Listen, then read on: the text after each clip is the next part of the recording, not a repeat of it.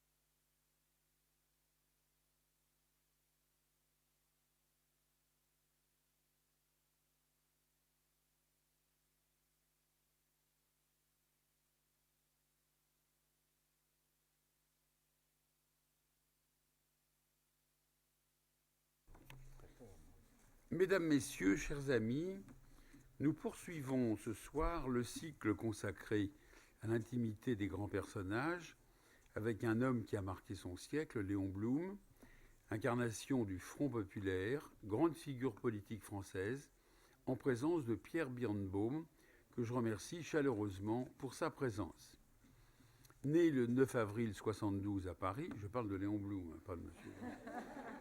Dans le 2e arrondissement, celui-là même qui verra mourir Jaurès 42 ans plus tard au Café du Croissant, Léon est le fils d'Abraham Blum, propriétaire d'un commerce de rubans et soieries.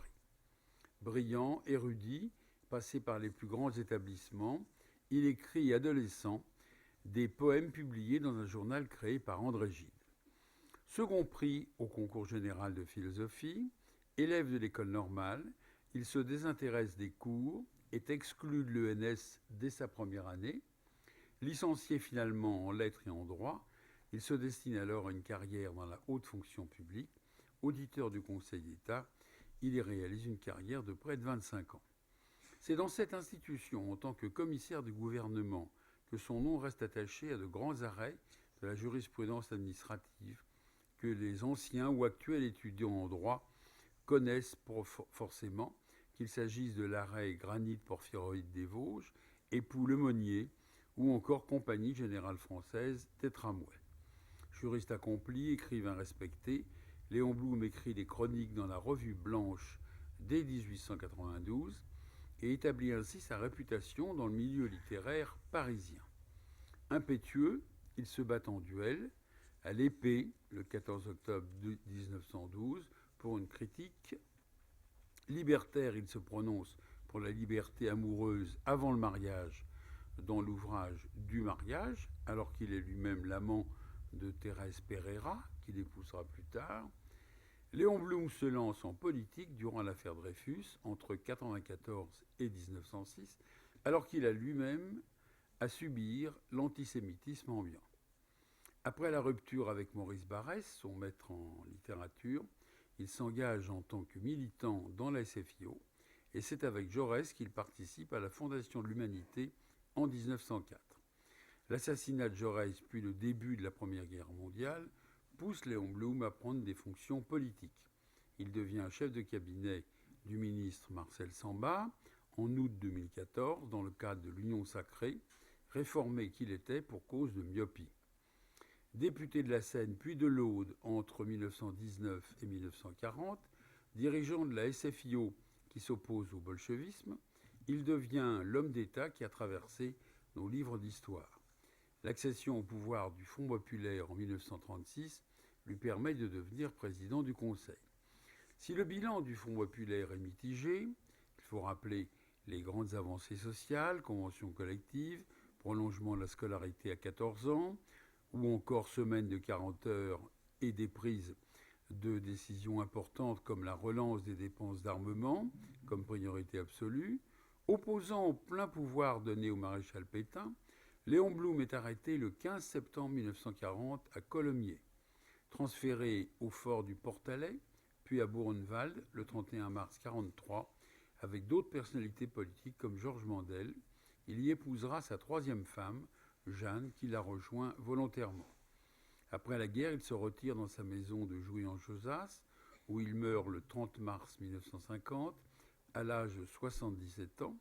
Voici en quelques mots les principales dates de la vie de cet homme aux multiples facettes, le Dreyfusard, l'homme de juin 36, le dandy des milieux littéraires. Nous allons ce soir nous lancer dans une découverte plus précise de ce personnage historique grâce à Pierre Birnbaum, qui nous fait le plaisir d'être parmi nous et dont la biographie de Léon Blum, parue en 2016, fait référence. Vous êtes historien, sociologue, professeur émérite de sociologie politique à l'université Paris 1 et à l'Institut d'études politiques de Paris. Vous êtes l'auteur de nombreux ouvrages relatifs notamment au fonctionnement de l'État et aux élites républicaines. Je vous cède désormais la parole tout en vous annonçant que notre prochain entretien d'ici aura finalement lieu. Pourquoi finalement ? C'est bon, comme ça, elle est comme ça. Jeanne adjointe, elle est ructe là. Le 26 avril prochain, en présence de Benoît Mouchard, directeur éditorial en charge de la bande dessinée chez Casterman, et il sera consacré à Georges Rémy, dit Hergé. Je vous souhaite à toutes, à tous une agréable et enrichissante soirée.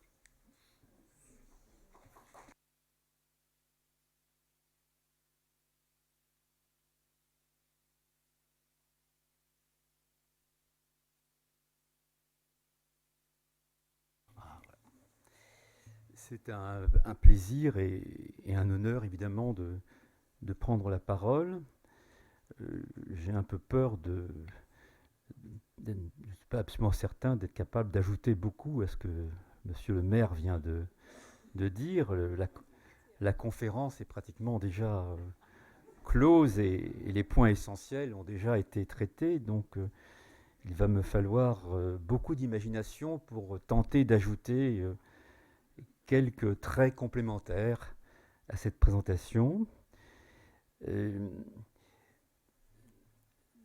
Nous sommes à Paris, donc le 6 juin 1936, et la France connaît un moment tout à fait exceptionnel de son histoire, puisque le Front populaire vient de gagner les élections, portant Léon Blum à la direction du gouvernement, puisque la SFIO, contre toute attente un peu, a remporté les élections, en tout cas, est le parti qui arrive en tête des élections. C'est un basculement de la société française dont on mesure encore mal de nos jours les conséquences et que l'on ne révère pas suffisamment peut-être, tant la société française s'en trouve changée, bouleversée, radicalement transformée dans ses profondeurs, puisque c'est le moment, au fond, où le peuple de Paris et le peuple français tout entier entrent dans l'espace public à travers ce nouveau gouvernement et change sa condition sociale. Or, la personne qui, encore de nos jours, symbolise ce profond changement en quelques mois, la société française bascule, se transforme radicalement, la personne qui magnifie, identifie ce bouleversement est un être assez étonnant, assez imprévisible, assez imprévu dans l'histoire de la société française. Et c'est ce Léon Blum donc qui monte à la tribune. Il vient d'être accepté ou choisi comme président du Conseil. Et ce moment tout à fait essentiel de l'histoire de France l'est d'autant plus que, alors qu'il prend la parole, Léon Blum se trouve interrompu et entend au fond le texte qui va suivre, qui est demeuré crucial dans l'histoire de la France moderne.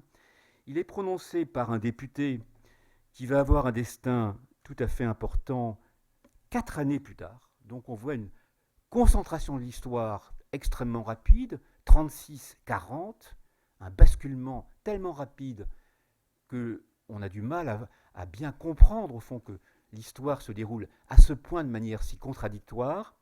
Lorsque Léon Blum accède au pouvoir, le 6 juin 1936, alors que le débat a lieu, Xavier Vallat, dont le nom est resté malheureusement célèbre, se lève et prononce cette phrase qui marque une sorte de tâche dans l'histoire de la France moderne, puisque nous sommes au cœur même de la souveraineté nationale, dans le bâtiment qui identifie la République, le lieu même où tous les citoyens, au fond, quelle que soit leur religion, leur pensée, leurs origines, leurs valeurs, sont des citoyens égaux et doivent être considérés selon la tradition républicaine comme l'étant.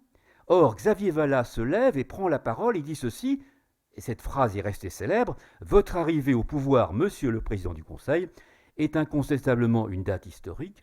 Pour la première fois, ce vieux pays gallo-romain sera gouverné par un juif. » Alors évidemment, il y a des protestations, mais Xavier Vallat ne s'en laisse pas compter, il ajoute ceci, et il a tort, mais il le dit: « Je constate que pour la première fois, la France aura eu son d'Israéli. » Je le dis parce que je le pense, et c'est cette phrase qui me paraît la plus essentielle, que pour gouverner cette nation paysanne qu'est la France, ce qui est vrai, il vaut mieux avoir quelqu'un dont les origines, si modestes soient-elles, se perdent dans les entrailles de notre sol qu'un talmudiste subtil. Alors, évidemment, Léon Blum n'a rien d'un talmudiste subtil, mais il est vrai que les origines de Léon Blum ne se perdent pas dans les entrailles profondes de la terre.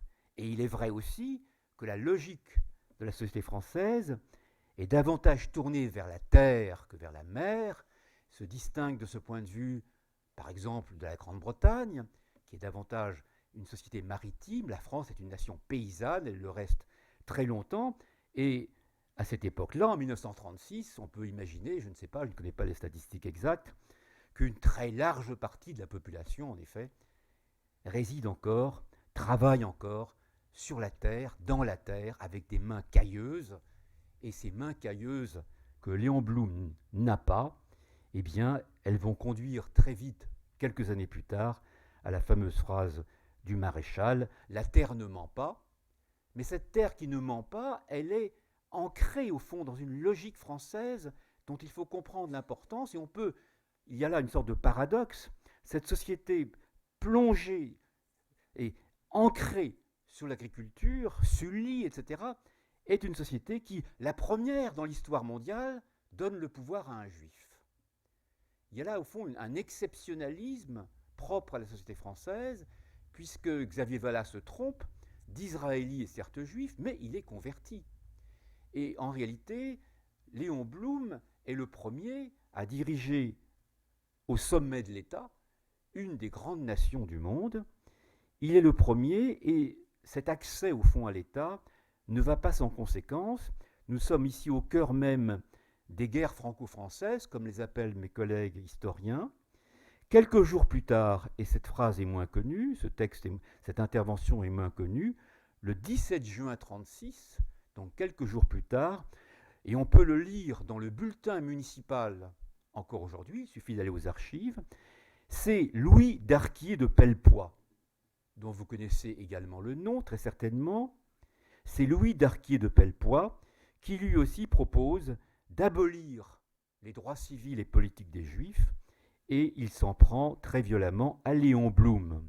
Donc on a au fond de 1791 le moment où les Juifs entrent dans la citoyenneté durant la Révolution française, à 1936, comme une séquence extrêmement intéressante où cette entrée tout à fait exceptionnelle et unique dans l'histoire contemporaine des Juifs dans la citoyenneté en septembre 1791 se trouve, dans quelle mesure, nous allons le voir, remise en question au cœur même de l'Assemblée nationale ou du Conseil municipal par deux individus qui sont l'un et l'autre rattachés à l'un des grands courants de la pensée politique française, qui est au fond la droite intégriste qui existe, qui initiée par Joseph de Maistre comme réaction à la Révolution française, se perpétue à travers tout le XIXe siècle pour aboutir à Maurice Barrès, à Charles Maurras, des acteurs, des penseurs d'immense qualité qui vont l'un et l'autre rencontrer dans leur trajectoire individuelle la vie de Léon Blum à des titres divers. Donc on a là au fond une sorte de concentration de l'histoire sur laquelle je voudrais revenir. Léon Blum est un être, comme l'a dit monsieur le maire, bien mieux que je ne le ferai, aux dimensions multiples, et je voudrais essayer, dans les quelques minutes qui me sont concédées, d'en retracer certaines, en insistant peut-être sur celles qui sont moins connues que celles que l'on trouve dans tous les livres d'histoire et dans la plupart des biographies de Léon Blum, celles de Lacouture ou celles de Serge Bernstein. Je vais plutôt essayer d'insister sur certains points qui sont relativement inconnus. Alors, l'un des premiers points que je voudrais évoquer est Blum comme héros stendhalien. Pour essayer de vous surprendre un peu, je voudrais essayer de suivre cette logique qui rattache Blum non seulement à la littérature, à la culture au fond la plus profonde de la société française, mais à un personnage qui, pour Blum comme pour moi-même, reste véritablement essentiel, à savoir Stendhal. De nos jours encore, si vous lisez les études stendhaliennes, l'ouvrage de Léon Blum, intitulé Stendhal et le beylisme, qu'il publie en 1914, reste un des meilleurs ouvrages de référence sur l'œuvre littéraire de Stendhal. Donc on a quelqu'un, vous voyez bien, qui va devenir le grand chef du Front populaire, qui va avoir la carrière que vous savez, bien sûr. Celui avec lequel De Gaulle va dialoguer pendant la Résistance, un personnage central de l'histoire française, mais un personnage qui plonge au fond ses racines moins dans la terre que dans la littérature. Et dans quelle littérature? En grande partie dans Stendhal. Il lira Stendhal tout au long de sa vie, et encore à Buchenwald, dans ses carnets, il dit « Je lis Stendhal ». Alors pourquoi Stendhal? Quelle est peut-être la relation entre Stendhal et Léon Blum? Il y a dans Léon Blum, contrairement à la vision que l'on en a, la volonté, la recherche d'une énergie la plus violente, la plus magnifique, d'une volonté d'en découdre avec ses adversaires. Et le rapprochement entre Stendhal et Blum se fait aussi à partir de leur commune adhésion à la République. Stendhal, de nos grands écrivains, est celui qui défend le plus la République à partir d'une énergie qui est une énergie qui ne doit plus rien à Barrès. Au fond, Blum est passé de son mentor, qui était Barrès, le prince des lettres, un de nos plus grands écrivains, bien évidemment, mais du Barrès qui a trahi, puisque le Barrès que Blum adore, adule et aime profondément, le Barrès dont il est si proche durant de longues années, ce Barrès-là le déçoit, puisque Blum, pendant l'affaire Dreyfus est chargé d'aller recueillir la signature de Barrès en faveur du capitaine Dreyfus, et Barrès la lui refuse. Barrès la lui refuse, et Barrès va s'engager au contraire dans le mouvement antisémite qui déferle à travers toute la France. Barrès va être l'une des têtes pensantes du mouvement antisémite. Durant la campagne des élections législatives de 1898, il va devenir député de Nancy, en Lorraine, à la suite d'une campagne, d'une violence, d'un antisémitisme déchaîné. C'est la rupture entre Léon Blum et celui qui l'adule plus que tout le monde, plus que tous, Barrès. Et au fond, l'énergie barrésienne va être remplacée par l'énergie stendhalienne. Une énergie stendhalienne qui s'ancre dans la défense de la République, qui s'ancre également dans le respect de l'État, d'autant plus que Stendhal, comme Léon Blum, sont l'un et l'autre des fils de la méritocratie. Stendhal a été l'élève de Polytechnique, tandis que Blum, même provisoirement, est passé par l'École normale supérieure, et que tous deux sont passés par le Conseil d'État, et que tous deux entrent au Conseil d'État. Stendhal va au Conseil d'État, Blum, ça a été dit par monsieur le maire à nouveau, mieux que moi-même, en citant même les arrêts les plus connus que nous avons tous étudiés en droit administratif, Blum va faire une très longue carrière de commissaire du gouvernement, et on a là au fond une sorte d'identification qui a de multiples traits. Le droit, le Conseil d'État, l'État, le refus de l'argent. Stendhal déteste l'argent. Blum également, contrairement à ce que l'on dit, contrairement à la tradition antisémite qui voit de la vaisselle d'or un peu partout au domicile privé de Blum, Blum meurt sans rien. Blum n'a rien. Lorsque Blum décède, il ne laisse rien, si ce n'est quelques petits arpents de terre du côté de Narbonne, mais minuscules, juste de quoi justifier sa candidature à l'élection législative dans la région. Blum meurt sans argent, il refuse l'argent, et c'est très intéressant de voir au fond la similitude entre ces deux hommes. Autre similitude, c'est l'amour des femmes. C'est l'amour des femmes, l'amour de l'amour. On sait que Blum va écrire du mariage, alors que Stendhal a écrit de l'amour. Et il y a une sorte de correspondance de ce point de vue qui est tout à fait sensible.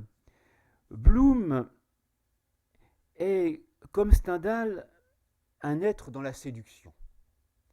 Il est un être très ambigu, puisque l'extrême droite et la droite réactionnaire va le décrire comme une petite femme sans énergie, une bloumette, une femmelette, un homosexuel, un pédéraste qui recueille, qui attend les clients devant l'Assemblée nationale. Une campagne d'une violence extrême va se lever, sur laquelle je vais revenir, mais qui le désigne comme un être sans force.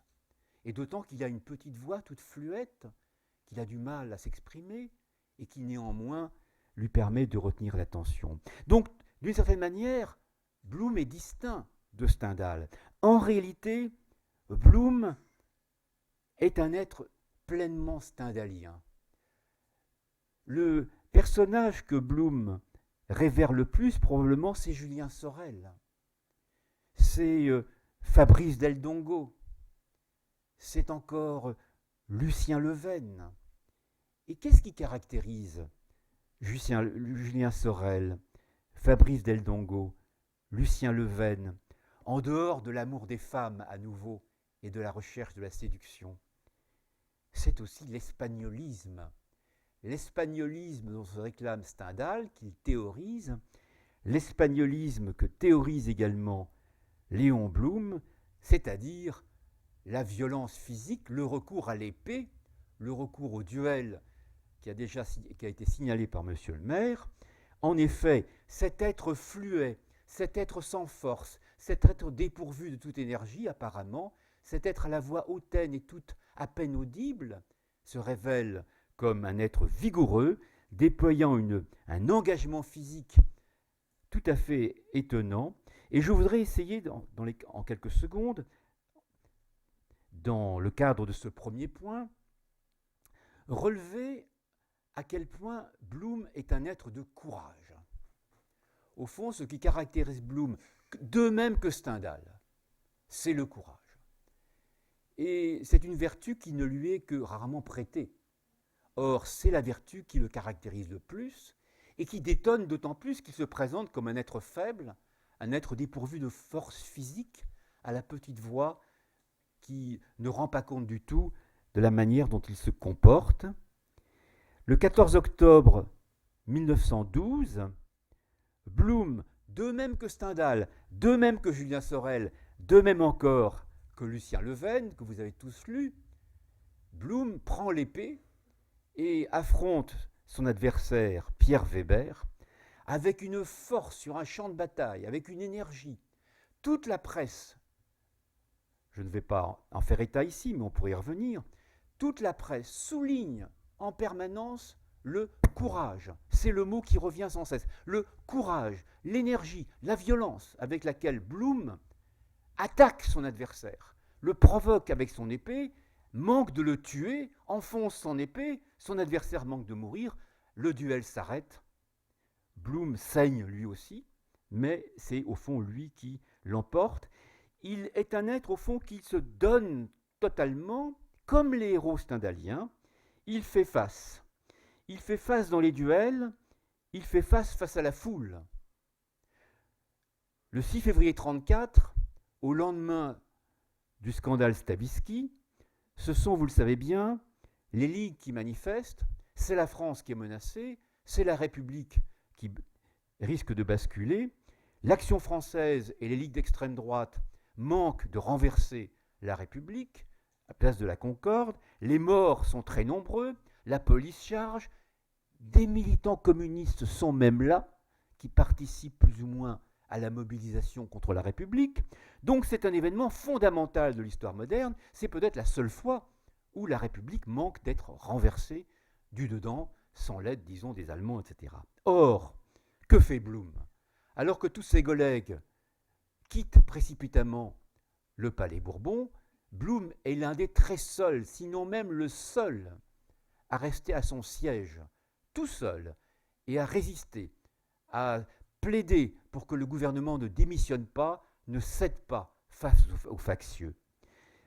2 ans plus tard, le 13 février 1936, Bloom fait preuve à nouveau d'un courage physique tout à fait remarquable, et c'est toujours ce mot de courage qui revient chez les commentateurs. En effet, quittant le Palais Bourbon, il va en voiture d'un de ses amis et députés, il passe par le boulevard Saint-Germain, et de manière malencontreuse, il fait face au cortège funèbre de Jacques Bainville, l'un des héros de l'Action française. Reconnu par les camelots du roi, matraqué, il a failli perdre la vie, il est blessé, il saigne de la tête, on dirait un trépané de la guerre 14-18, on lui tape dessus, il manque de mourir, et cet événement va le frapper, il y reviendra plusieurs fois dans sa vie, et pourtant, là encore, avec un courage physique admirable dont toutes les personnes présentes font preuve, il demeure très calme, il dit « je ne souffre pas, tout va très bien », il n'a aucune émotion, en tout cas, il fait face à la foule. Courage encore face à Vichy, face au duel, face à la foule, face à Vichy. Lorsque les Allemands envahissent la France, lorsque la France est défaite, immédiatement Vincent Auriol, tous ses amis lui disent « quitte la France, ils vont te tuer, ils vont doublement te tuer, ils te haïssent comme socialiste et comme juif. Ils vont te tuer, tu es menacé. » Et Bloom, dans un texte merveilleux qu'il rappelle dans ses mémoires, Bloom dit ceci: si je partais aujourd'hui, ce serait nécessairement pour prendre mon poste comme soldat dans la lutte que la Grande-Bretagne, nous sommes en 40, et peut-être demain les États-Unis vont poursuivre contre l'ennemi. Non, voyez-vous, il n'y a plus pour moi qu'un parti, qu'un devoir, depuis que le gouvernement a capitulé, rester en France, là où je suis, attendre tranquillement le danger. Et en effet, il demeure en France et il attend le danger qui le menace. Arrêté le 15 septembre 40, donc très vite, il est, comme cela a été dit il y a un instant, emprisonné de longues années dans des châteaux moyenâgeux, sans aucun confort. Il dispose d'une cuvette d'eau froide, aucun chauffage, gardé en permanence par la milice. Il est là, seul, isolé, et il prépare son procès, qui s'ouvre en effet en février 42 à Riom. Il prépare sa défense exactement comme le capitaine Dreyfus. On peut, si vous voulez, rapprocher ces deux personnages que tout sépare. Le capitaine Dreyfus est un être de violence physique, c'est un cavalier, c'est un véritable soldat qui se bat sabre au clair. Le capitaine Dreyfus est un officier émérite qui a toutes les qualités de l'officier qui se tient droit, qui est raide. Bloom en est tout le contraire. Et l'un comme l'autre déploie au contraire une défense juridique, recours à une défense juridique extrêmement tatillonne. Le capitaine Dreyfus se transforme en juriste averti pour défendre sa cause. Bloom, pendant des mois, accumule le matériel pour préparer sa défense, préparer sa plaidoirie, qui a lieu donc devant la cour.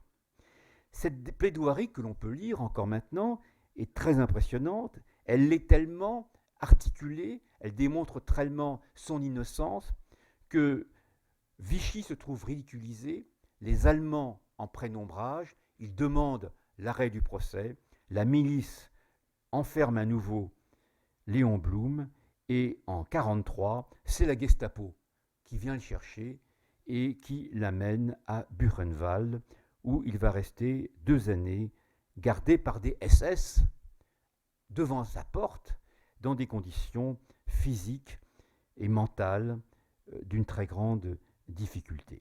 Donc, premier point, issu au fond de la comparaison avec Stendhal, un héros plein de courage. Deuxième point, issu encore, lié à nouveau à la comparaison avec Stendhal, un être à la fois courageux et en même temps un être amoureux des femmes. J'ai rapproché de l'amour, le grand livre de Stendhal, sur la cristallisation que vous connaissez tous, du mariage de Bloom, et du mariage de Bloom, qui paraît en 1907, est publié quasiment au même moment où Proust écrit sur l'amour et Jean Santeuil. D'ailleurs, certains spécialistes ont essayé de montrer que les premières lignes les plus connues de la recherche du temps perdu ont peut-être été copiées sur un texte de Bloom. Mais enfin bon, n'allons pas nous prononcer sur ce rapprochement. Bloom écrit un grand nombre de textes, de nouvelles, que l'on peut lire, et qui sont toutes au fond stendhaliennes. Prenons par exemple celle qu'il écrit, qui s'appelle « Ceci et cela » en 1902. C'est exactement la reproduction de la tension que subit Julien Sorel lorsqu'il hésite à prendre la main de Madame de Rênal, et où il se donne au fond un temps très limité. Si je dois absolument prendre sa main avant que l'horloge sonne les, je ne sais pas, minuit ou les 10 heures ou les 4 heures, je ne sais plus. Et de même, le héros de Bloom se donne exactement le même pari pour prendre la main de sa dulcinée. Bloom s'inspire de Stendhal, il s'inspire de Valmont, il s'inspire de Don Juan, et il publie ce livre du mariage qui, de nos jours, ferait encore l'effet d'une bombe.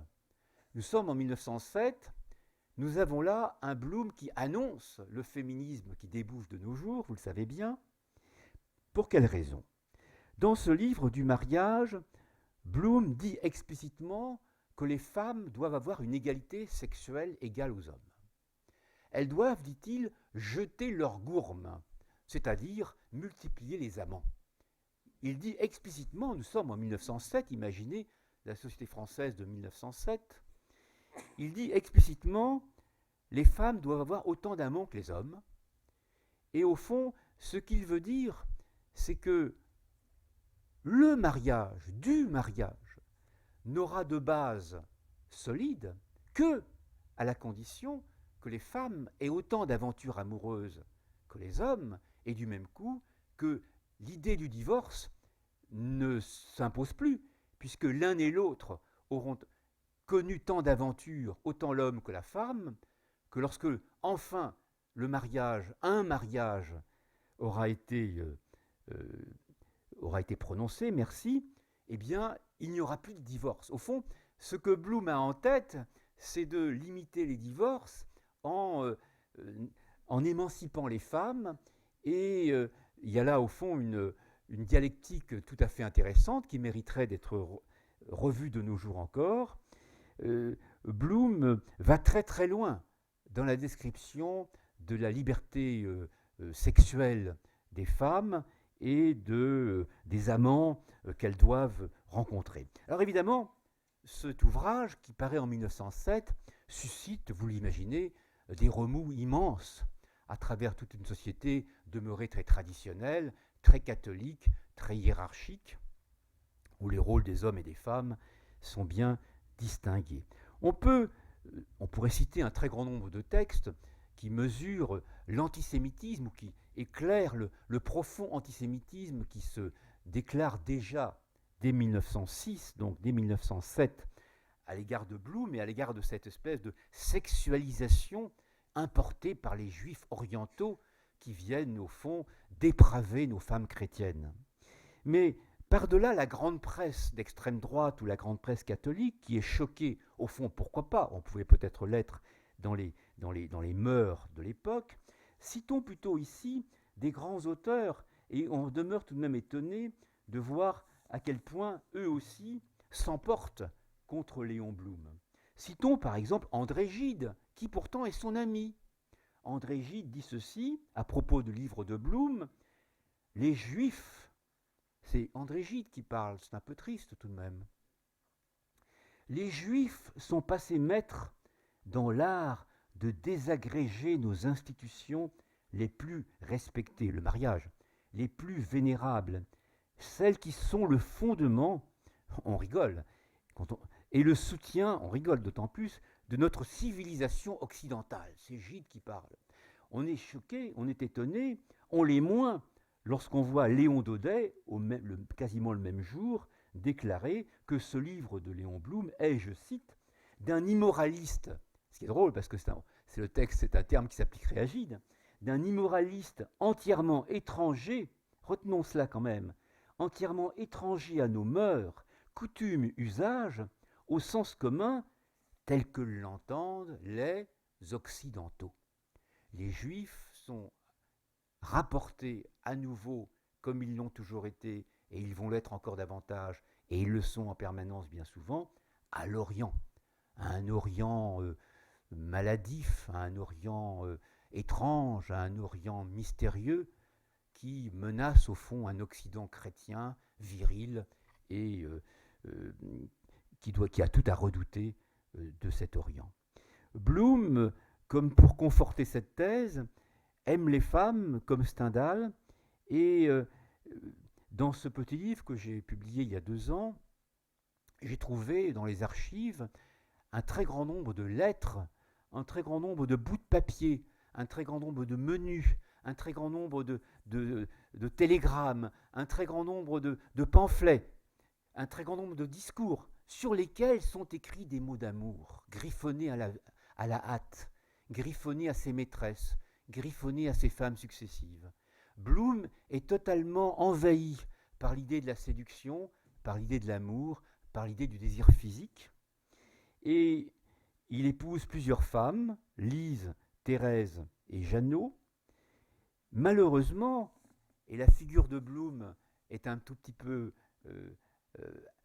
attaquée, un tout petit peu abattardie par la remarque que je vais formuler, malheureusement, enfin pour nous, pour vous peut-être, malheureusement, Bloom n'est pas fidèle à la, euh, au fond, à la dialectique qu'il a lancée avec son ouvrage du mariage. Bloom n'est pas fidèle puisque, comme tous les bourgeois de l'époque, et comme tous les bourgeois de toutes les époques, Bloom trompe sa femme. Alors que lui-même est marié et que le mariage devrait être solide, Bloom a épousé une femme qui n'a pas jeté sa gourme. Bloom a épousé Lise, qui est une bourgeoise juive, des beaux quartiers, qui aime la musique, la littérature, qui est sensée, qui est belle, qui est aimante, mais qui n'a pas jeté sa gourme. Et Bloom va la trahir, Bloom va tomber amoureux, fou, de Thérèse, et pendant dizaines d'années, un très long moment de sa vie, Bloom va mener, comme tous les bourgeois de toutes les époques, une double vie, trahissant Thérèse et cherchant, mettant en place tout un ensemble de stratégies amoureuses. On trouve par exemple, je ne vais pas trop insister puisque le temps passe déjà, j'ai à peine évoqué le premier point de mon exposé ou le second, on trouve dans ces griffouillis, dans ces petits mots amoureux, des exemples tout à fait extraordinaires. Par exemple, dans sa campagne, il est en campagne électorale, il écrit il m'emmerde ces députés socialistes, je pense à toi, je pense à toi. Enfin, j'ai pu réserver une chambre à l'hôtel Terminus de Toulouse. Vite, vite, vite. Donc, il se livre, au fond, on voit un Bloom très différent, amoureux et d'une sensualité débordante, qui en a un petit peu marre de ces campagnes électorales qu'il doit tout de même supporter, qu'il doit animer. Et au fond, il ne rêve que de retrouver sa maîtresse Thérèse. Il se livre à une comédie bourgeoise qui nous choque, je trouve, de nos jours encore, qui un regret tout de même. Et il mène une double correspondance. J'ai, durant cette recherche, mis bout à bout les lettres. Je me suis amusé à mettre par terre, à retrouver les dates de l'écriture de ces lettres, et donc à comparer les lettres à peu près le même jour. Donc, alors qu'il écrit des lettres d'une passion amoureuse et sensuelle, délirante à sa maîtresse, au même moment, à la même heure, ou presque, il envoie une lettre à sa femme Lise. « Ah, est-ce que notre fils a bien mangé? Est-ce qu'il a pris son petit déjeuner? Est-ce qu'il a bien revu ses cours? Est-ce que vous l'avez bien soigné parce que son rhume est inquiétant ?» Donc, il envoie des lettres d'une sorte de moralisme, qui détonne et qui, au fond, accentue à nouveau, comme si cet être était double, ce qu'il n'est pas, mais ce qu'il est néanmoins. Lise en prend ombrage, et si vous ouvrez ce livre un jour, elle écrit une lettre d'une beauté absolument magnifique, qui n'a jamais été publiée, qui se trouve à la page 73, une hauteur de vue extraordinaire, où elle prononce la rupture. Cette rupture, néanmoins, ils vont continuer à vivre ensemble, et Lise décède en 1931. Bloom se marie avec Thérèse, qui devient la compagne de sa vie, la compagne et la camarade de sa vie, puisque c'est elle que l'on voit sur toutes les photos pendant le Front populaire. Elle lève le poing avec Bloom, ils sont tous les deux, ils sont unis, ils font campagne ensemble. Elle meurt en 1938 à nouveau. Bloom, évidemment, beaucoup plus résistant que toutes ces femmes. Il va rencontrer sa troisième femme, Jeanne Levilliers, qu'il va épouser en 1943, et au fond qui va être la dernière compagne de sa vie. Troisième point, ou plutôt deuxième grand point, Bloom, mais là encore on peut le rapprocher de Stendhal, est un juif d'État. Alors Stendhal n'était pas juif bien évidemment, mais Stendhal comme Bloom sont des grands défenseurs de l'État. Et les conseillers d'État qui sont dans cette pièce en sont d'autres. Bloom appartient donc à la lignée de ce que j'ai appelé les juifs d'État. C'est-à-dire, au fond, ceux qui, grâce à la méritocratie républicaine, dans le cadre de l'exceptionnalisme de la société française, dès le début du XIXe siècle, et de manière tout à fait exceptionnelle et unique dans le monde entier, entrent dans l'État à travers l'agrégation, à travers la réussite des grands concours, et deviennent très vite membres du Conseil d'État, préfets, juges, accèdent à la Cour de cassation, tribunal de cour d'appel, président de tribunal de cour d'appel. J'avais écrit un livre donc sur les Juifs, les fous de la République, où je retraçais cette population, l'histoire de cette population de juifs qui se tournent vers l'État comme l'ensemble de leurs concitoyens et qui, grâce à l'État, parviennent aux échelons les plus élevés de l'appareil d'État. Blum fait partie de ces juifs d'État, comme bien d'autres au XIXe siècle, comme d'autres au XXe, René Cassin et bien d'autres. Il devient un très célèbre commissaire du gouvernement, dont, ça a été dit il y a un instant, certaines des décisions demeurent encore étudiées par nous tous en deuxième année de droit administratif. On continue à étudier ces décisions, à tel point que notre grand doyen Vedel dit de Blum qu'il a été, je le cite, la caractéristique principale du commissaire du gouvernement Léon Blum, c'est que partout où il a rencontré la notion, c'est important et c'est essentiel à mes yeux, que partout où il a rencontré la notion de service public, c'est-à-dire de l'État, conçu essentiellement comme un organisme rendant des services plus qu'il n'exerce une souveraineté, Léon Blum a travaillé dans ce sens. Blum figure au fond l'État lui-même, prend la défense de l'État et souhaite sans cesse étendre l'action de l'État. Ce qui est assez étrange, puisqu'il est en même temps socialiste, et il se réclame même du marxisme. Donc on a là une sorte de contradiction sur laquelle il faudrait revenir beaucoup plus longuement que je viens de le faire, et pourtant c'est un point tout à fait essentiel, puisqu'il nous permet de comprendre l'action de Blum pendant le Front populaire. Il nous permet de comprendre au fond comment, aux yeux de Blum, l'État n'est pas l'instrument du capitalisme.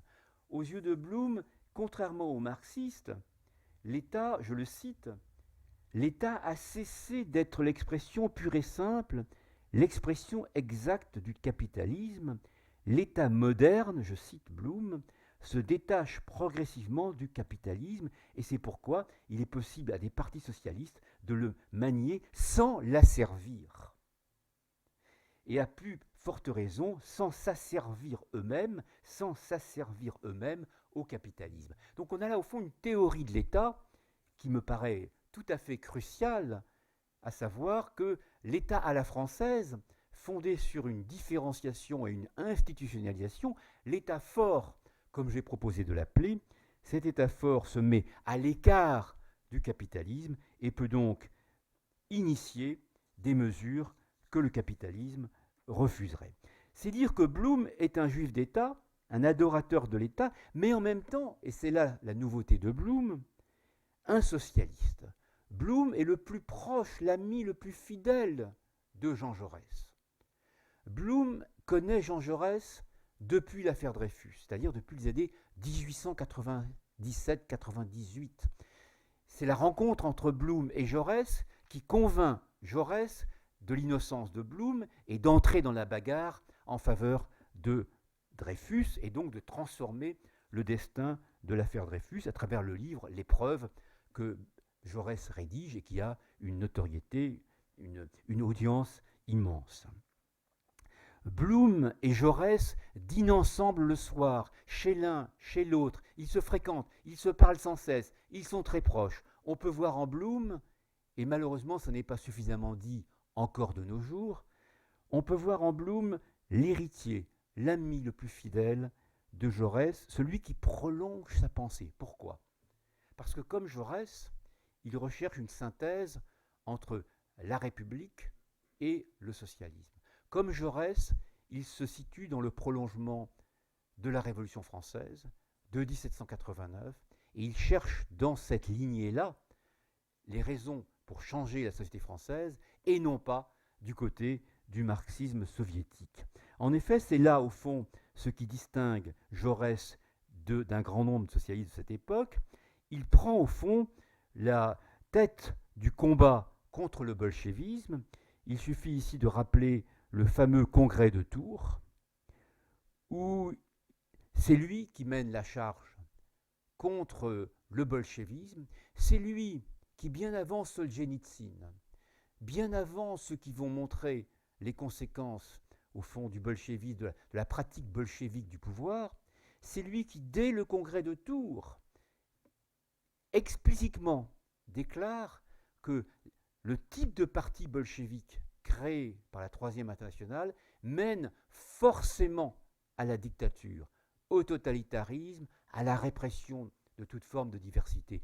Bien avant tout le monde, il polémique. Blum polémique avec Lénine. Blum polémique avec Trotsky, avec Zinoviev. Blum est l'une des grandes figures de la réflexion socialiste et il cherche à concilier démocratie, tradition révolutionnaire à la française et socialisme pour éviter la naissance de la dictature. Mis en minorité, il prononce cette fameuse phrase que vous avez tous en mémoire. Eh bien, c'est lui qui décide, qui, dit-il, va garder la vieille maison. Cette phrase essentielle au socialisme, à l'histoire du socialisme français, est prononcée par Blum. C'est lui qui va garder la vieille maison, c'est-à-dire garder l'héritage de Jean Jaurès. Il le garde si bien, cet héritage, que le 3 mai 1936, c'est lui qui mène à la victoire le Front populaire, c'est Blum qui devient chef de gouvernement, c'est lui qui, en quelques mois, pensez au gouvernement récent socialiste pour voir la différence, c'est lui, en quelques mois, va bouleverser les rapports socio-économiques de la société française, l'augmentation des salaires, la transformation profonde de la condition ouvrière, les semaines de congés payés, la semaine de 40 heures à la place de 48, la section syndicale d'entreprise, la nationalisation de la Banque de France, tout un ensemble de mesures qui radicalement bouleversent cette société, à tel point que les ouvriers, si éloignés de par leur statut social du Blum bourgeois qui habite quai Bourbon, du Blum bourgeois amoureux de la littérature, du Blum bourgeois qui le soir, avec Reynaldo Hahn et accompagné par Alfred Cortot, déclare des chansons, des poèmes. Donc on a là une sorte de distance sociale la plus extraordinaire qui puisse exister entre le prolétariat français, la classe ouvrière française, et ce bourgeois efféminé qui récite des poèmes, qui chante des chansons accompagné par Alfred Cortot au piano. C'est néanmoins en lui que se reconnaissent les ouvriers.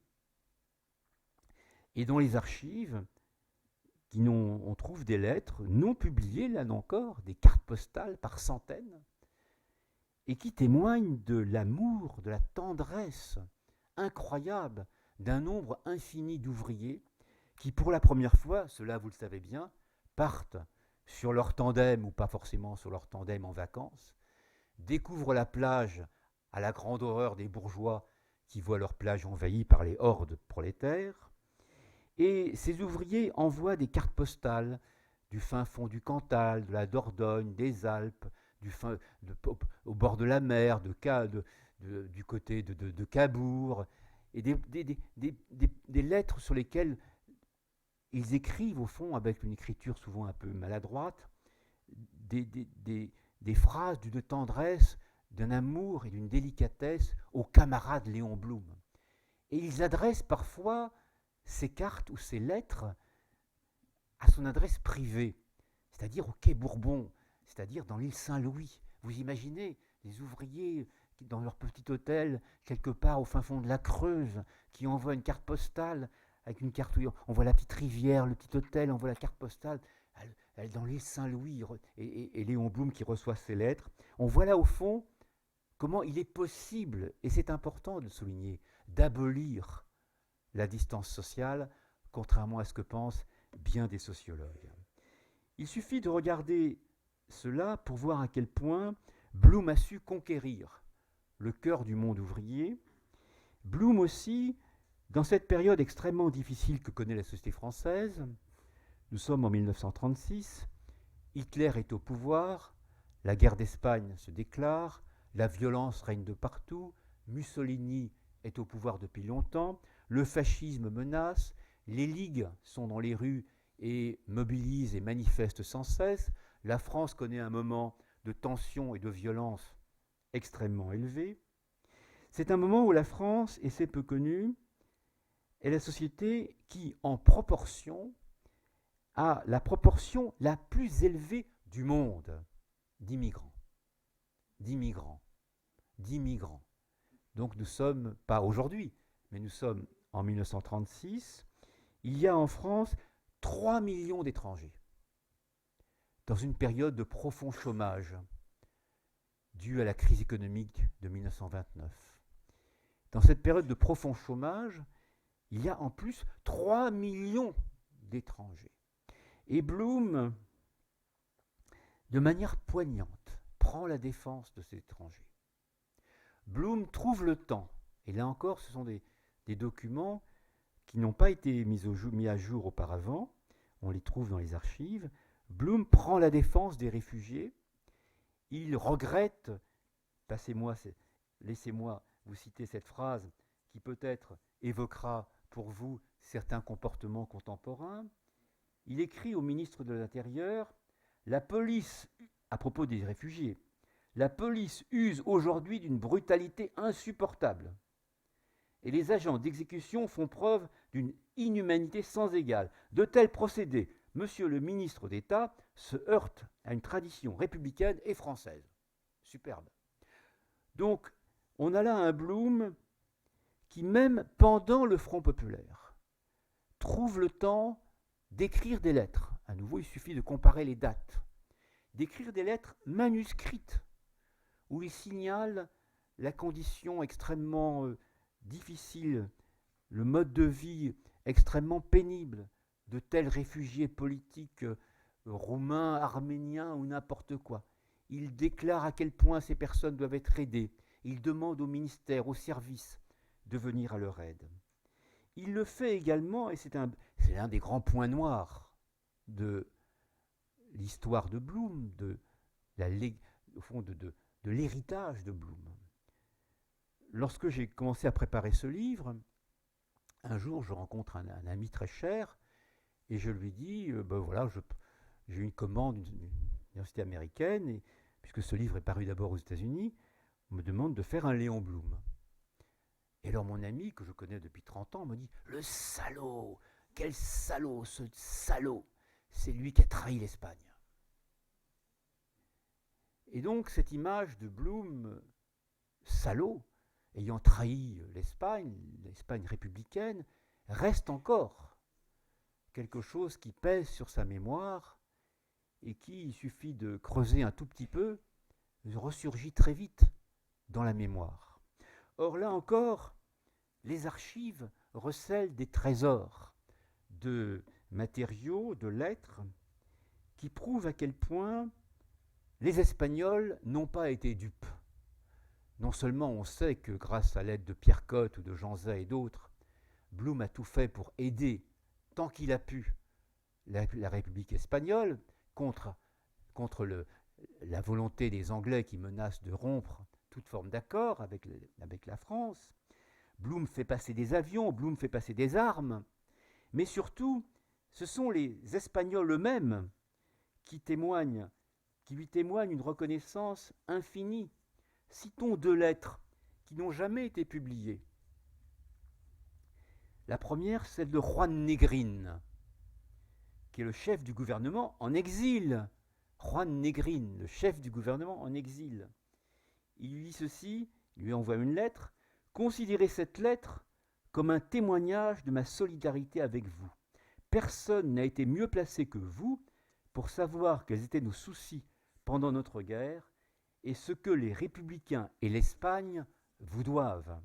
Un peu plus tard, Félix Gordon Ordaz, dans une lettre inédite à nouveau, qui préside la République espagnole, le gouvernement de la République espagnole en exil, dit ceci: mon gouvernement a estimé qu'il devait signifier de cette manière l'admiration que nous, les républicains espagnols, nous sentons envers la grande et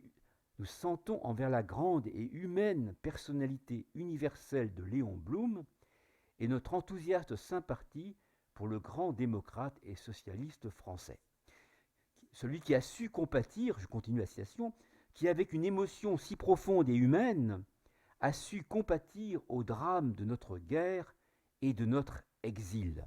Donc on a là des témoignages assez irréfutables des plus hautes personnalités de la République espagnole qui devraient mettre un terme à cette image du Blum le salaud qui a trahi la République espagnole, et je pense que ces textes doivent mériter d'être retenus. Alors, que Blum accède à la fonction la plus importante de l'État, que Blum prenne des mesures qui transforment à ce point la société française, que Blum anime à tel point, au cœur même de la société française, les transformations que cette société connaît, évidemment, cela ne va pas sans conséquence. La société française des années 30-36 connaît des manifestations d'un antisémitisme absolument déchaînées. Et en effet, la figure de Blum nourrit, indépendamment de lui-même bien sûr, mais nourrit cet antisémitisme. C'est au fond la République juive qui a pris le pouvoir et à travers Blum dénature l'âme de la société française.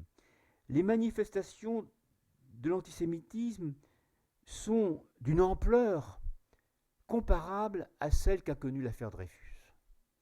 Des manifestations dans les rues, des étudiants, des morts aux juifs, une mobilisation de la presse, d'une violence, d'un extrémisme absolument épouvantable, mais pas seulement de la presse politique, pas seulement de la presse politisée. Si vous regardez, comme je l'ai fait, les revues populaires, comme le Charivari, comme le Rire, la presse de la mode, donc une presse apolitique, vous y trouvez des caricatures d'un antisémitisme, mais absolument accablant. Cet antisémitisme, on le trouve à tous les niveaux de la société française, et je voudrais, parce que le temps passe très vite, n'en prendre que deux exemples. Lorsque Blum s'est présenté plutôt aux législatives, s'est représenté aux législatives à Narbonne durant l'été 36, son adversaire, Émile Sabatier, dit ceci. C'est écrit dans le journal L'Indépendant de l'Aude. La ville de Narbonne est-elle toujours en France ? Narbonne est devenue un coin transplanté de Palestine, où les marchands, c'est écrit dans le journal du député, où les marchands ont envahi le temple. Citoyens de Narbonne, comment pouvez-vous supporter la tyrannie de cet homme d'une autre race ? Et le Courrier de Narbonne, l'autre grand journal de l'époque, durant cette campagne, écrit ceci. Quand le Youpin se décidera enfin à laisser le siège de Narbonne à un militant du cru. En effet, pour beaucoup, il est impensable que ce Youpin puisse être choisi par des paysans, par des personnes qui aiment boire du vin, une société vinicole, l'Aude. Et on sait que Blum ne boit pas du vin. Donc il y a là une sorte de distance culturelle et sociale, pourquoi pas religieuse, qui s'instaure, qui néanmoins n'empêche pas l'élection de Blum. Les plus grands noms prêtent leur plume à cette campagne antisémite. Citons certains d'entre eux. Marcel Jouandeau, qui est décédé il y a peu de temps. Le Monde avait fait une rubrique absolument merveilleuse lors de son décès, sans rappeler tout cela. Marcel Jouandeau écrit « Bien que je n'éprouve aucune sympathie pour M. Hitler, M. Blum m'inspire une bien autrement profonde répugnance. M. Blum est maître chez moi, et nul Européen ne saura jamais ce que pense un Asiatique. » Il ajoute « Le pays de Canaan, aujourd'hui, c'est le nôtre. » Citons Pierre Gaxotte, qui lui aussi est décédé il y a peu de temps, avec des compliments sans fin de la presse nationale. Pierre Gaxotte, dont on rappelle peu ses textes aussi, il s'exclame « L'homme du sol sacrifie aux nomades, tel le français à l'émigré, la jument palestinienne nouait. » On pourrait ici multiplier tous ces exemples. Prenons, juste pour vous amuser, peut-être de manière un peu pénible, d'autres exemples sous la forme du pastiche ou sous la forme du poème. Voici par exemple un texte diffusé par les humoristes dans des cabarets, on les trouve aux archives. Dans chaque ministère, les bureaux sont archi-pleins, c'est le Front populaire qui a casé ses copains. Il y a tout un stock d'Abramovitz et de Bloch, d'Ille-et-Vie et même plus, et de douzaines Dreyfus. Ce sont, dit-on, tous des Bretons, de la tribu de Salomon. Au Conseil des ministres, quand Léo Blum fait un speech, l'interprète enregistre son discours en yiddish. Oui, ça rime toujours. Dans ce cabinet marrant, pas de Dupont ni de Durand. C'est bien vu. On a là, au fond, une littérature assez épouvantable, mais qui est diffusée de manière immense à travers la presse locale, à travers la presse nationale. Charles Maurras et d'autres, Henri Béraud, lui aussi, que l'on retrouve souvent. On retrouvera les cousins de Léon Blum à la mode de Bretagne, préfet, trésorier, gouverneur. L'an prochain à Paris-Salem, les élèves des grandes écoles pourront se préparer au commerce des ceintures. Et tous se consoleront en lisant aux lueurs du chandelier à 7 branches, la liste officielle est complète, etc., etc. Donc, on pourrait multiplier les traces et les signes, les manifestations d'un antisémitisme virulent. Citons à nouveau un texte peu connu, mais qui dit tout au fond, d'une tradition malheureusement profondément ancrée dans la société française, dont la terre ne ment pas en effet. Citons ce texte que je voudrais retrouver de manière plus précise, je ne le fais plus. Voilà. C'est un texte écrit par un journaliste qui a eu son heure de gloire, Maurice Bedel. Pardonnez-moi, ça va durer 2 minutes peut-être, mais ça mérite le détour. Maurice Bedel nous trace le portrait de Léon Blum qui visite une ferme, donc qui se rend à la terre. Là-dessus, on désigna à M. Blum une ferme isolée où il pourrait s'entretenir avec des gens du terroir. Comme il enjambait une flaque d'eau, il perdit l'équilibre et tomba. Je n'aurais pas cru que la terre pût causer la chute d'un président du Conseil. C'est un trait curieux de ce chef de l'Internationale ouvrière qu'il semble craindre les contacts de la terre. Il ne va point chausser de solides brodequins par les chemins des champs. Il n'a jamais frémi en sentant monter à ses narines l'odeur du sillon ouvert par le fer de la charrue. Il est étranger à tout ce qui est sève, humus, sentier entre les haies, ortie redoutée, flaque après l'averse, glèbe, argile, terre grasse, terre de bonne amitié. Ah, ce n'est pas un homme de chez nous. On a là au fond la dimension consubstantielle de ce qui peut opposer au fond Léon Blum à un certain nombre de ses concitoyens. Alors si on prend de plus, si on ajoute de plus, et c'est le dernier point, et je m'excuse d'avoir été un peu trop long, mais on m'avait donné 1 heure et quart, et j'en suis à peine à 1 heure en réalité. En réalité, je dispose encore, si je trouve des forces, de 10 minutes pour compléter cet exposé. Si je ne vous ai pas encore endormi. Alors, le dernier point qui peut soulever l'ire de tous ses adversaires et d'une partie importante de la population, c'est qu'en effet, Blum, l'héritier de générations et de générations et de générations ayant les racines les plus profondes dans l'Alsace de la terre française, Blum est resté fidèle à son judaïsme. Blum est juif et il le dit. Il a le culot de le dire. Il a le culot et en même temps c'est très intéressant dans une France qui n'est pas du tout, comme on dit aujourd'hui les sociologues, multiculturaliste, où au fond les identités peuvent s'exprimer. Non, nous sommes en France dans les années 1920-1930, une France chrétienne, catholique, terrienne.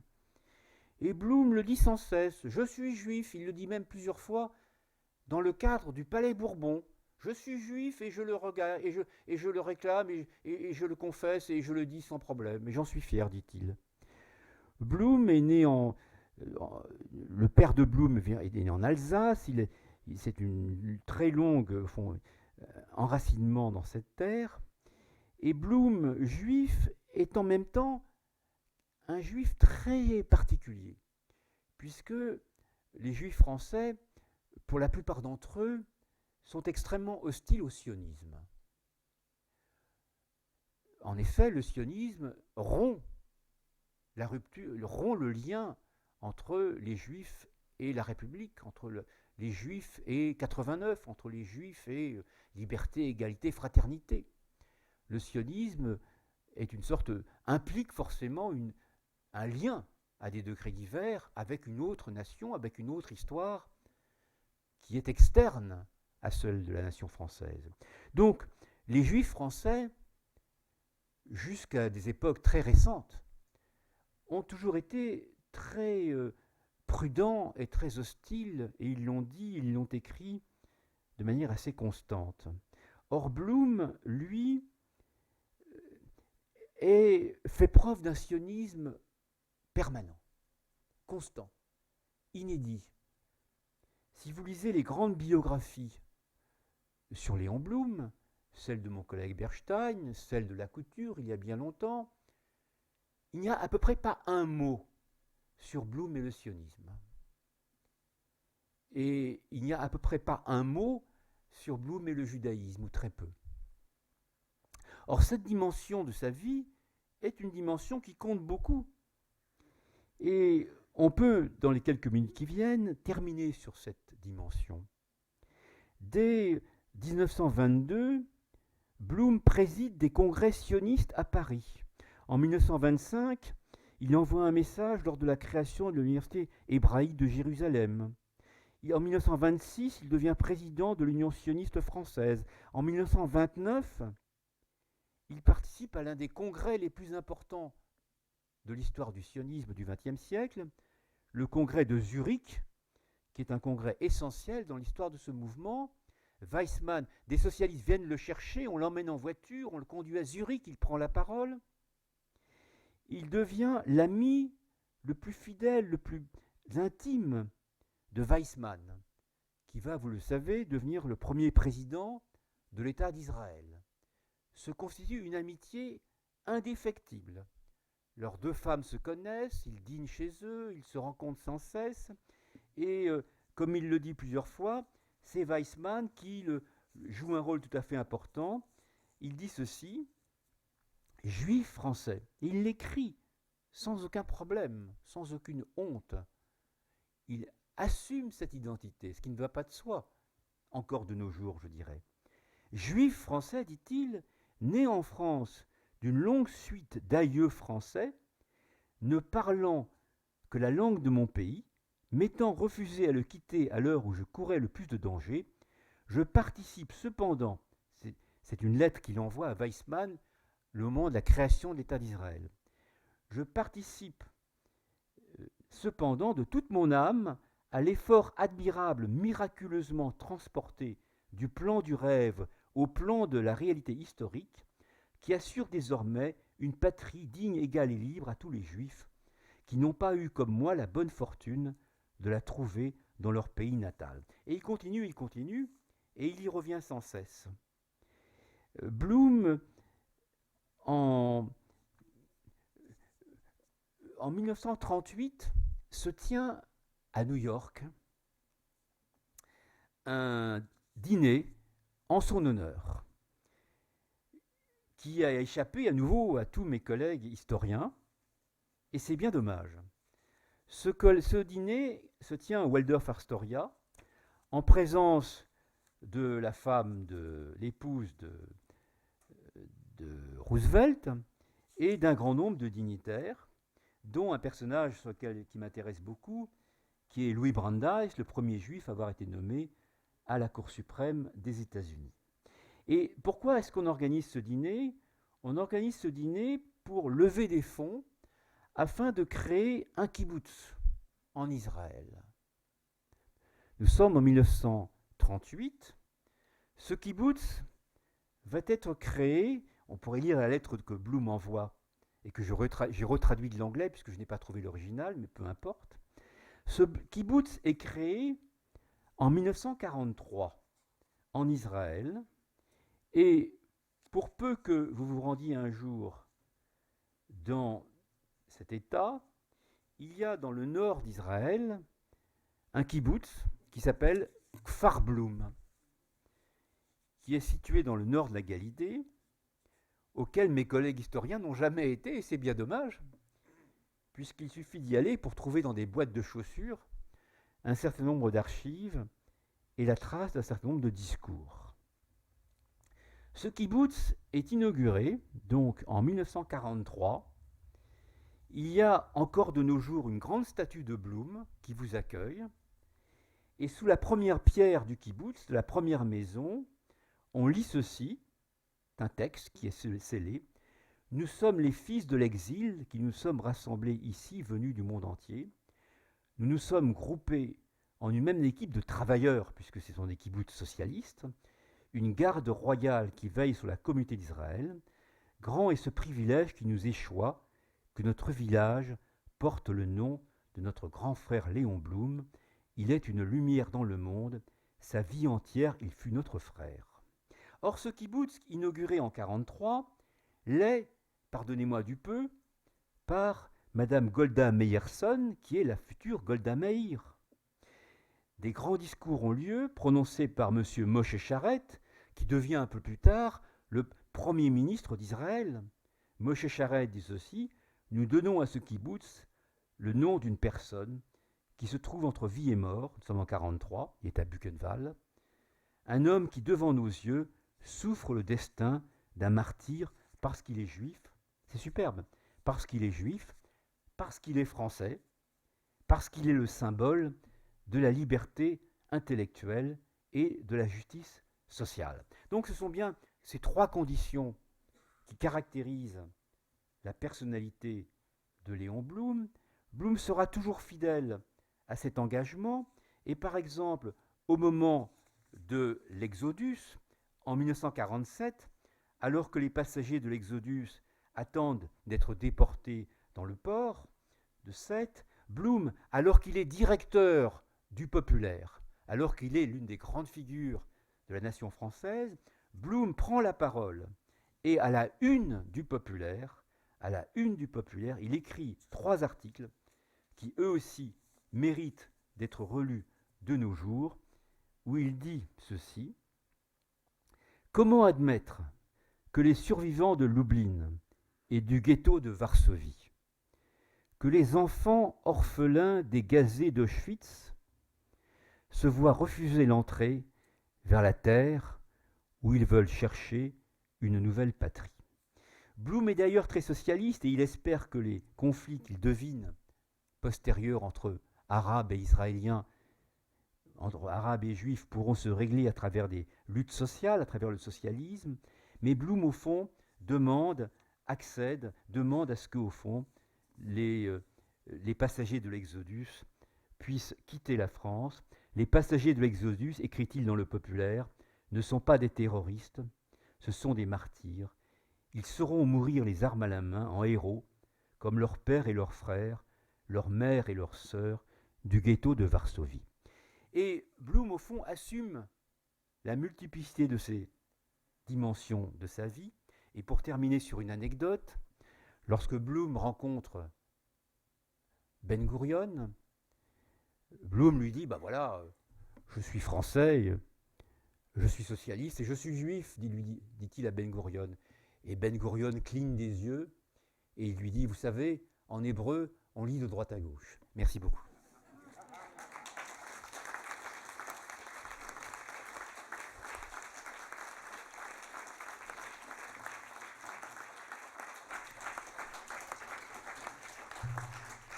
Merci beaucoup. Merci beaucoup. Votre public était très attentif, très concentré. J'ai vu nombre d'entre vous prendre des notes. Ah bon, on est à l'école quand même. Merci beaucoup, particulièrement pour votre éclairage très original sur Léon Blum, sur sa vie et ce lien que vous avez fait avec la littérature. Je dois vous dire que je ne m'attendais pas ce soir à entendre parler de Julien Sorel, mais c'était tout à fait intéressant et on comprend bien le lien que vous avez fait. de son amour pour les femmes. En ce 8 mai, je me dois de le noter. 8 mars, pardon. Vous avez parlé de son courage. Je vous remercie également d'avoir mis en perspective, à travers de sa vie, des éléments, des sujets dont vous avez évoqué, enfin, dont vous avez parlé, que vous avez, pour certains, évoqués, et qui sont toujours d'actualité aujourd'hui. Je regardais certains d'entre vous, lorsque vous parliez de certains sujets, qui disaient « eh oui, et encore aujourd'hui ». Voilà. Et donc, merci beaucoup pour cet éclairage passionnant, pour cette intervention. Je pense que vous allez avoir quelques questions ce soir, peut-être.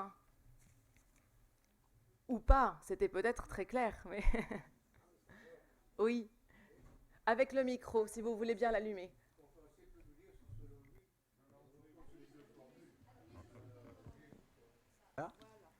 Oui, on oppose en général. Et donc, Léon Blum est-il un Français juif ou un juif de France?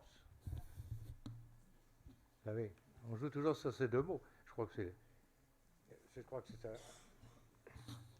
C'est une question redoutable posée par mon ami de toujours, qui sait bien voir les faiblesses et les difficultés et les ambiguïtés des choses. Franchement, je ne sais pas bien comment vous répondre. Je crois qu'il était à la fois profondément français, et tout le montre dans sa vie, profondément juif et profondément socialiste. Et j'aurais du mal à séparer ces trois dimensions. Quand on dit juif de France, il y a tout un ensemble de variables. Est-ce que c'est juif en France, juif de France, juif français, français juif? On peut multiplier les dénominations, les rapprochements entre ces termes. Je crois qu'on pourrait dire que c'était un français juif, peut-être, oui. Ou un juif français, comme vous voulez. Je ne sais pas. Oui. Ton exposé m'a rappelé des vieux souvenirs quand on était étudiants ensemble. Et on était dans la même classe, la classe préparatoire. Un excellent professeur d'histoire m'avait demandé de faire un exposé sur Léon Blum, précisément. Je ne savais pas. Et je crois que j'ai oublié, et tu m'as rappelé beaucoup de choses, et tu en as ajouté beaucoup. C'était très brillant. Et il m'avait dit, vous devriez vous renseigner en lisant un petit livre. Je crois que l'auteur s'appelait Aubry, ça s'appelait Blum, ou la politique du juste, quelque chose comme ça. Oui. J'avais trouvé que cet ouvrage n'était pas excellent. Il était essentiellement sur le thème, est-ce que par mollesse ou par lâcheté, Blum a dû renoncer à ses idéaux socialistes, baisser les bras dans la guerre d'Espagne, etc., etc. Et c'est ce qui explique l'insuccès. Je crois que l'auteur était un auteur communiste qui faisait le reproche habituel d'avoir trahi la classe ouvrière. Voilà. Je ne pense pas qu'elle ait été communiste, mais c'est un livre extrêmement hostile à la pensée et à l'action de Blum. C'est l'un des livres les plus hostiles, les plus connus. C'est un peu dommage que tu sois tombé sur celui-là. Il y avait par exemple, mais je ne sais pas si à Sciences Po on les aurait trouvés, il y a de très bonnes biographies anglaises qui datent des années 30 déjà. Il y en a plusieurs, il y en a 4 ou 5 qui sont très remarquables et qui sont très très bonnes, mais je ne suis pas sûr que la bibliothèque de Sciences Po les ait eues en cette époque, en ce temps-là, je ne sais pas. Bonsoir. Merci beaucoup, je suis là-haut. Ah oui, oui. Près de la table du Vous êtes retour. Très menaçant là-haut. Voilà. Et je voulais savoir si la phrase « La Terre, elle, ne ment pas » était bien d'Emmanuel Berle ou c'était une légende.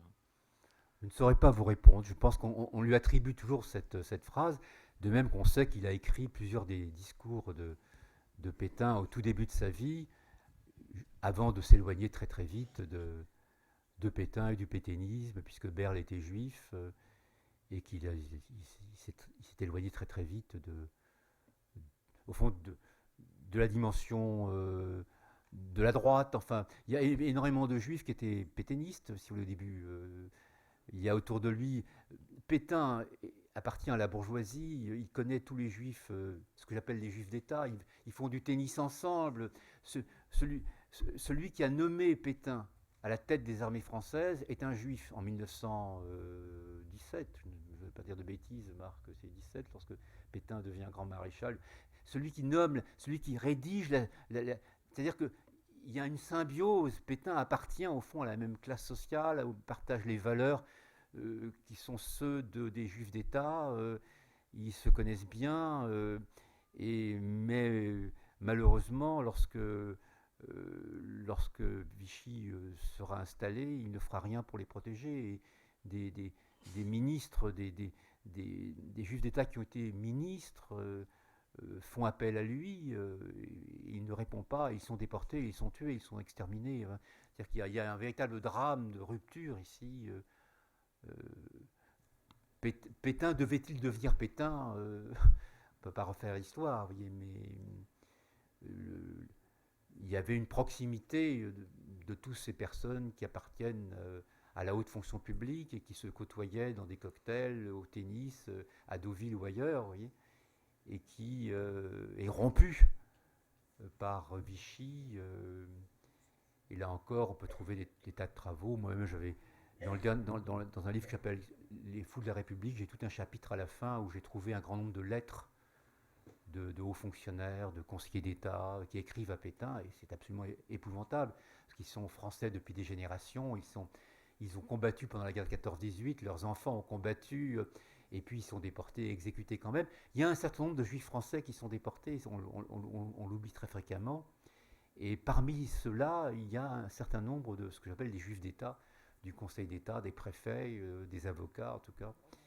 Et il y a là au fond une rupture de la tradition française républicaine. Vichy est un moment dramatique de l'histoire de la France, mais aussi de l'histoire des Juifs français. Enfin. Oui, bonsoir monsieur. Est-ce que c'est ici? Voilà. Pouvez-vous me dire si Léon Blum, avec ses 3 mariages, a eu le temps d'avoir des enfants et s'il reste encore une hérédité, s'il a encore de la famille? Alors il a un fils qui s'appelle Robert, dont il est très très proche, à qui il écrit depuis Buchenwald de très longues lettres, très très émouvantes. Et puis d'ailleurs, je le dis il y a un instant, vous ne m'avez pas écouté, madame. Peut-être, oui, pardon. Non, mais je plaisante. Puisque lorsque je comparais les lettres amoureuses qu'il écrivait à Thérèse, par ailleurs, il écrit des lettres à sa femme prenant des nouvelles de son fils. Est-ce que tu lui as bien donné le biberon? Est-ce qu'il n'est pas malade, etc. Oui. Donc, c'est ce petit garçon qui est devenu... alors, lui-même a une descendance, je ne pourrais pas vraiment vous répondre. Enfin, il y a des enfants, il doit y en avoir encore aujourd'hui, je ne sais pas. Merci. Je suis navré, je ne peux pas vraiment vous répondre. Merci. Alain, tu voulais poser? Oui, merci beaucoup. Alors, nous sommes jumelés avec une ville israélienne qui s'appelle Nahariya, qui est dans le nord d'Israël, donc en Galilée. Et c'est la première fois que j'entends parler, effectivement, de Kfar Blum, ce kibbutz. Donc c'est assez intéressant effectivement que nous puissions le localiser. Moi j'avais lu il y a quelques années la biographie de la couture, et puis jamais il n'en parle. Enfin, de mémoire, je ne pense pas que j'ai entendu parler de ce kibbutz. Donc c'est assez intéressant, effectivement, on va faire des recherches, parce que je crois qu'un voyage est programmé de notre office du tourisme l'année prochaine. Si c'est pas très loin de Nahariya, on essaiera effectivement qu'il puisse passer sur ce kibbutz Kfar Blum. Mais j'ai une autre petite question, c'est pendant la guerre, effectivement, et je voulais parler de Georges Mandel. Je vous en ai parlé un petit peu tout à l'heure, c'est sur la cohabitation, si je puis m'exprimer ainsi, qu'il y a eu lieu à Buchenwald entre Blum et entre Georges Mandel. C'est cette cohabitation forcée, forcément, contre concentration. Je ne sais pas si vous pouvez nous en dire un petit mot. Il y a peu de documents sur cette rencontre, assez imprévue, puisque tout opposait ces deux personnages durant la Troisième République. Mais lorsque Blum en parle dans ses mémoires, on trouve des passages sur Mandel. Il est surpris par l'amitié, la quasi-amitié qui s'est créée durant ce séjour qu'ils ont vécu ensemble dans des conditions vraiment dramatiques.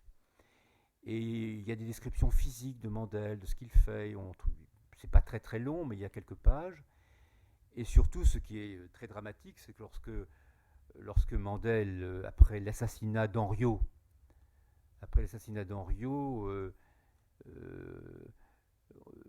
immédiatement pour se venger, la Gestapo vient chercher Mandel à Buchenwald, et 2 jours après, on retrouve le cadavre de Mandel dans la forêt de Fontainebleau.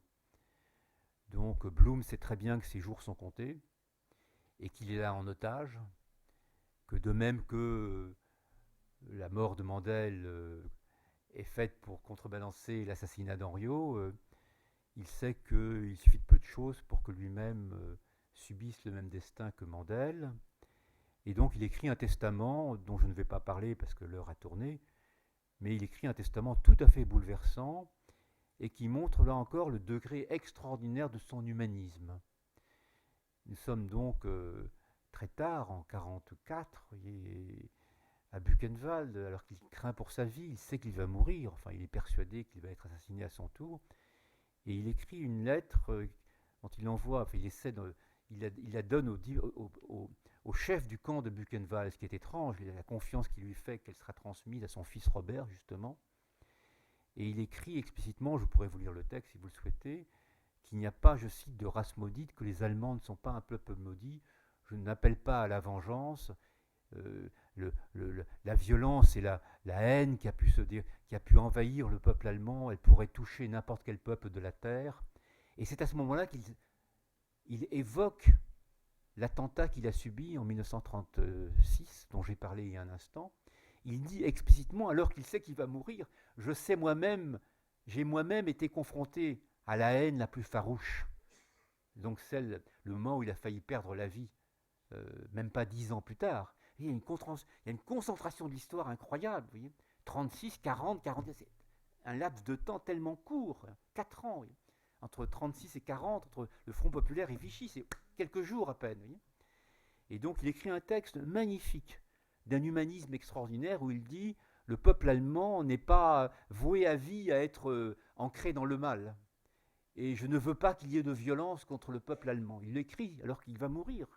Il écrit une lettre, un testament qui mérite là encore d'être lu très près et où il témoigne là encore d'une sorte de hauteur de vue dont il a fait preuve toute sa vie.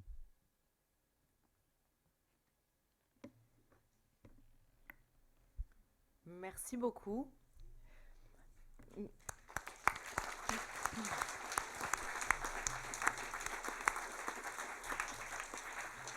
Alors, nous vous proposons de nous retrouver dans le hall de l'Hôtel de Ville pour une séance de dédicace avec le professeur Bierenbaum et comme à l'accoutumée au Salon Élysée pour se retrouver autour d'un cocktail tous ensemble.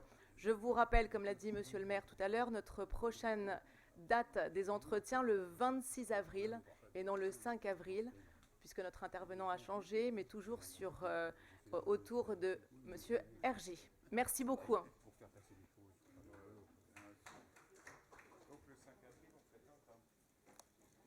Ça sera mieux. Bravo, très bien, très bien, très bien.